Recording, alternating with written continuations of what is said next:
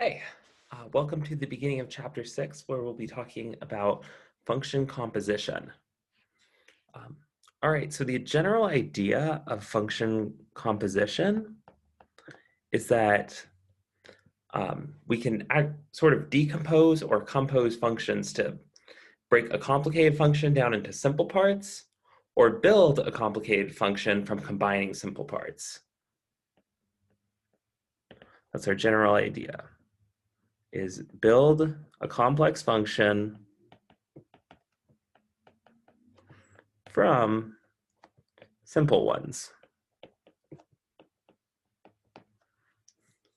So essentially, we're going to take simple functions, piece them together like Legos to build something more complex. So here's an instance of function composition. Say we have the function h of x equals the cubed root of x to the fourth plus x cubed plus 2. That's kind of a hard function to understand what it's doing. However, we can think about h of x as being applied in 2 steps.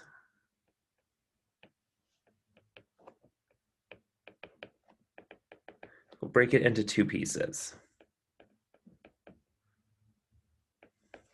The first piece is f of x.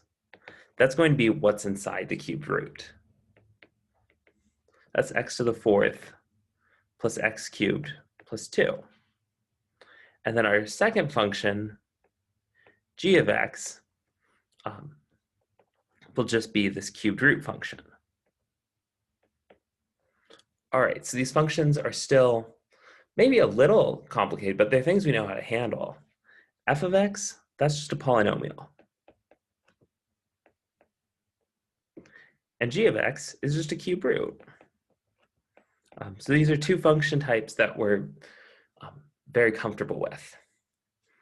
And then with these 2 functions, we can write h of x equals g, this circle for composed, g composed f of x, which we define function composition to just say plug f of x into g of x.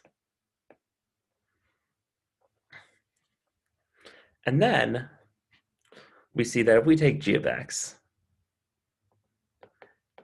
g of x is this cubed root of x. So if we plug f of x in there, we have g of f of x equals the cubed root of f of x. And evaluating what f of x is, we get the cubed root of x to the fourth plus x cubed plus 2, which is h of x. So this is saying that we can understand h of x as 2 pieces. First, an f piece and then a g piece. So in that sense, we've broken h into 2 simpler pieces that we understand. What'll be interesting is what properties we can derive about h based on what we know about f and g. In particular, it'll also help us figure out the domain of h of x and the range of f of x, what values h of x can take on.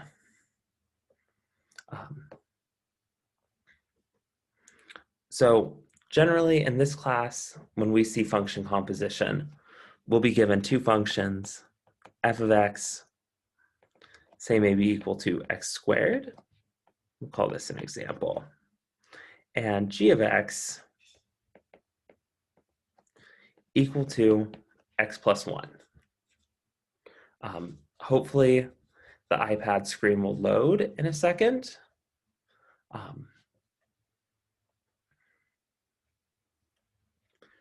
All right, it appears that we're having some technical difficulty, so I'll stop the share for a second and reshare it.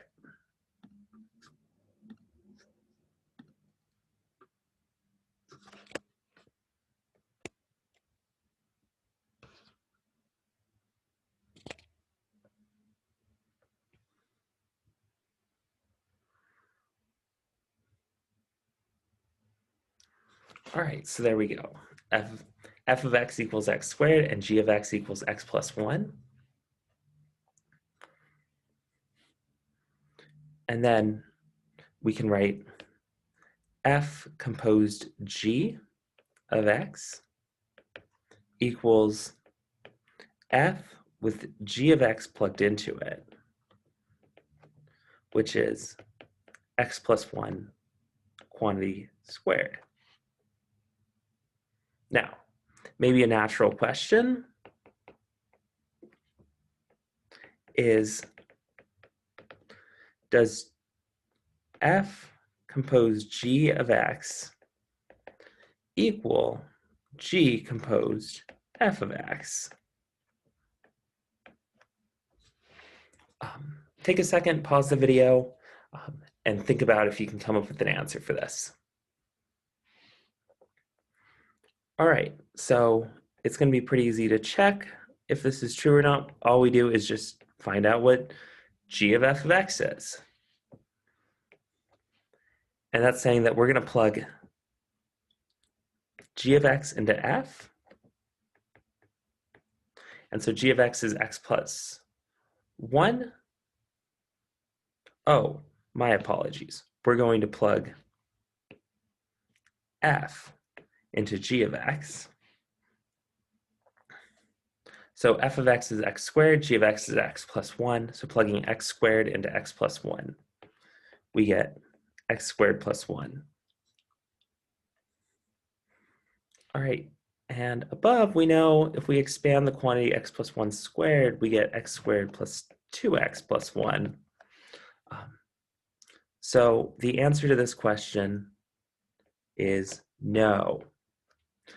We have to be careful about the order of which we plug things in.